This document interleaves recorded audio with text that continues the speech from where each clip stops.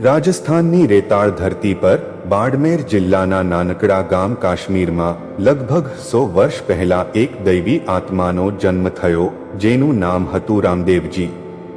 એમને લોકો રામદેવ પીર, રામાપીર કે 12 બીજના ધણી તરીકે ઓળખે છે. આજે તમને સાંભળવા મળશે એક એવી વાર્તા જે ચમત્કાર, ધર્મ અને લોકોના હૃદયમાં બાબા રામદેવના અમર પ્રેમની ગાથા ગાશે. વિક્રમ સંવત 1409ની ભાદરવા સુદ બીજના દિવસે રાજા અજમલજી અને રાણી મિનલદેવીના ઘરે એક બાળકનો જન્મ થયો. આ બાળકના જન્મ સમયે આકાશમાં દિવ્ય પ્રકાશ ફેલાયો અને ધરતી પર કંકુના પગલાં પડ્યા, જે બાબા રામદેવની દૈવી હાજરીનો સંકેત હતો.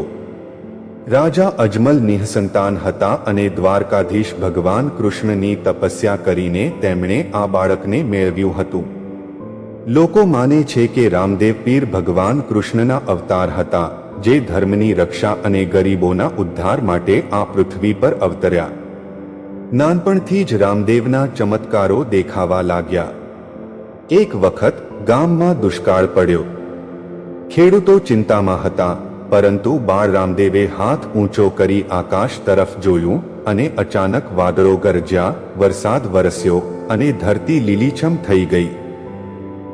ગામના લોકો આશ્ચર્યચકિત થઈ ગયા અને તેમની દૈવી શક્તિની ચર્ચા દૂર દૂર સુધી ફેલાઈ.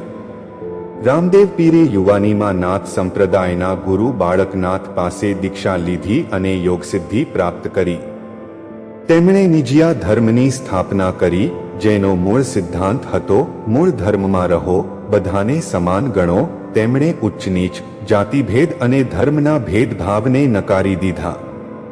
એક વખત મક્કામદીનાથી 5 મુસ્લિમ પીરો રામદેવની શક્તિની પરીક્ષા લેવા આવ્યા. તેમણે રામદેવને કહ્યું, જો તમે સાચા સિદ્ધ પુરુષ છો તો અમારા માટે મક્કાથી કટોરો લાવો. રામદેવે શાંતિથી હસીને આંખો બંધ કરી અને પળવારમાં એક ચમકતો કટોરો તેમની સામે પ્રગટ થયો. આ જોઈને પીરો આશ્ચર્યચકિત થઈ ગયા અને તેમણે રામદેવને હિન્દવા પીરનું બિરુદ આપ્યું. આ ઘટનાએ હિન્દુ મુસ્લિમ એકતાનું પ્રતીક સ્થાપ્યું અને રામદેવ પીરની ખ્યાતિ દૂર દૂર સુધી ફેલાઈ. રામદેવ પીરે પોતાનું જીવન ગરીબ અને દલિતોના ઉદ્ધાર માટે સમર્પિત કર્યું. એક વખત એક અંધ કુંવરી નેતલદે, જે અમરકોટના રાજાની પુત્રી હતી, તેની સાથે રામદેવના લગ્ન નક્કી થયા. નેતલદેને નજર ન હતી, પરંતુ રામદેવે પોતાની દૈવી શક્તિથી તેને દૃષ્ટિ આપી અને તે દેખતી થઈ.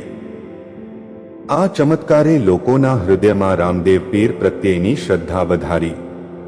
બીજી એક ઘટનામાં એક ગરીબ મેઘવાળ કન્યા ડાલીબાઈ, જે રામદેવની પરમ ભક્ત હતી, તે રામદેવની સમાધિ પહેલા તેમની સાથે સમાધિ લેવા માંગતી હતી. રામદેવે તેને સમજાવવાનો પ્રયત્ન કર્યો, પરંતુ ડાલીબાઈની ભક્તિ અડગ હતી. આખરે રામદેવે તેની ઈચ્છા સ્વીકારી અને કહ્યું, ડાલી, જ્યાં મારું મંદિર હશે ત્યાં તારું સ્થાન પણ રહેશે. આજે પણ રામદેવરાના મંદિરોમાં ડાલીબાઈની પૂજા થાય છે. વિક્રમ સંવત 1459 1402માં ભાદરવા સુદ એકાદશીના દિવસે રામદેવ પીરે રામદેવરામાં મહાસમાધિ લીધી. તેમની ઉંમર ત્યારે માત્ર 42 વર્ષની હતી. સમાધિ પહેલા તેમણે પોતાના ભક્તોને 24 ફરમાન આપ્યા, જેમાં દયા, ધર્મ અને નિષ્કલંક જીવન જીવવાનો ઉપદેશ હતો. તેમણે કહ્યું, પાપથી દૂર રહો, જીવમાત્ર પર દયા રાખો અને ભૂખ્યાને અન્નદાન આપો. રામદેવરામાં તેમની સમાધિ પર 1931માં બિકાનેરના મહારાજા ગંગાસિંહે ભવ્ય મંદિર બનાવ્યું, જે આજે લાખો ભક્તોનું આસ્થાનું કેન્દ્ર છે. રામદેવ પીરની નવરાત્રી, જે ભાદરવા સુદ એકમથી 9 સુધી ઉજવાય છે, એક ભવ્ય ઉત્સવ છે, જેમાં ભક્તો ભજનો ગાય છે અને લીલા નેજા ઘોડા ચઢાવે છે.